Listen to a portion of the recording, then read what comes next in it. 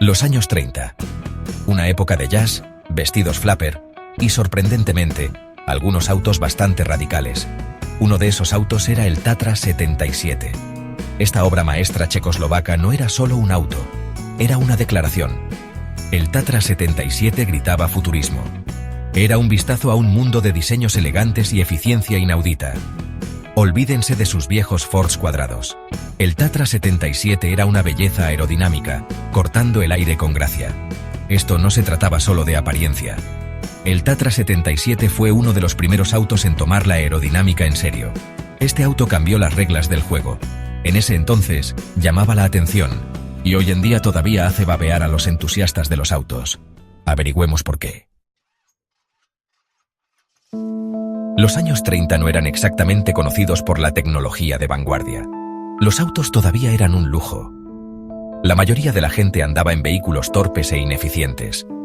Piensen en grande, pesado y tan aerodinámico como un ladrillo. Pero había algunos pioneros por ahí. Compañías como Tatra, una compañía checa con un don para la innovación, se atrevieron a ser diferentes. Tatra no tenía miedo de experimentar. Ya estaban jugando con diseños de motor trasero y carrocerías aerodinámicas. Luego vino el Tatra 77. Era como nada que el mundo hubiera visto jamás. Esto no fue solo un paso adelante, fue un salto gigante. El Tatra 77 estaba a punto de mostrarle al mundo cómo podría ser el futuro de los autos. El Tatra 77 no fue simplemente improvisado. Esta fue una obra maestra de la ingeniería, creada por un genio llamado Hans Ledwinka. Ledwinka estaba obsesionado con la aerodinámica y la eficiencia. Creía que los autos deberían diseñarse para engañar al viento, no para luchar contra él. Y vaya que lo logró. El Tatra 77 se presentó en 1934 e inmediatamente se robó el show. Aquí había un auto que parecía venir de otro planeta. Era elegante, curvilíneo y tenía un aire innegable de genialidad. Pero el Tatra 77 no se trataba solo de apariencia. Estaba repleto de características innovadoras que lo diferenciaban millas de la competencia. Este era un auto diseñado para funcionar y no decepcionó. Hablemos de esas curvas. El Tatra 77 se trataba de reducir la resistencia. Su carrocería suave y fluida fue diseñada para deslizarse por el aire con una resistencia mínima. Esto no se trataba solo de verse bien. Se trataba de eficiencia. Menos resistencia significaba menos consumo de combustible, lo cual era un gran problema en ese entonces. Pero también significaba algo más: velocidad. El Tatra 77, a pesar de su motor relativamente modesto, podía alcanzar velocidades impresionantes. Esto se debía a la obsesión de Ledwinka por la aerodinámica. Incluso llegó a cubrir las ruedas traseras para reducir aún más la resistencia. El resultado fue un auto que no solo era eficiente, sino también sorprendentemente rápido. Sección 5. El corazón en la parte trasera. Configuración de motor trasero. Ahora, sobre ese motor. El Tatra 77 era un auto con motor trasero. Así es, el motor no estaba en la parte delantera. Estaba escondido en la parte trasera, impulsando las ruedas traseras. Esta no era solo una elección de diseño peculiar. Tenía algunas ventajas serias. Poner el motor en la parte trasera significaba una mejor distribución del peso.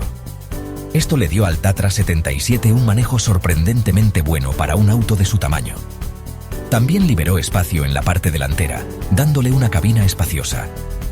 Este diseño de motor trasero fue revolucionario e influiría en el diseño de automóviles durante las décadas siguientes. Solo piensen en el Porsche 911, un auto que le debe mucho al Tatra 77. Sección 6. Dejando atrás al resto. Avances tecnológicos. El Tatra 77 no se trataba solo de apariencia y una elegante ubicación del motor. Estaba repleto de avances tecnológicos que se adelantaron a su tiempo.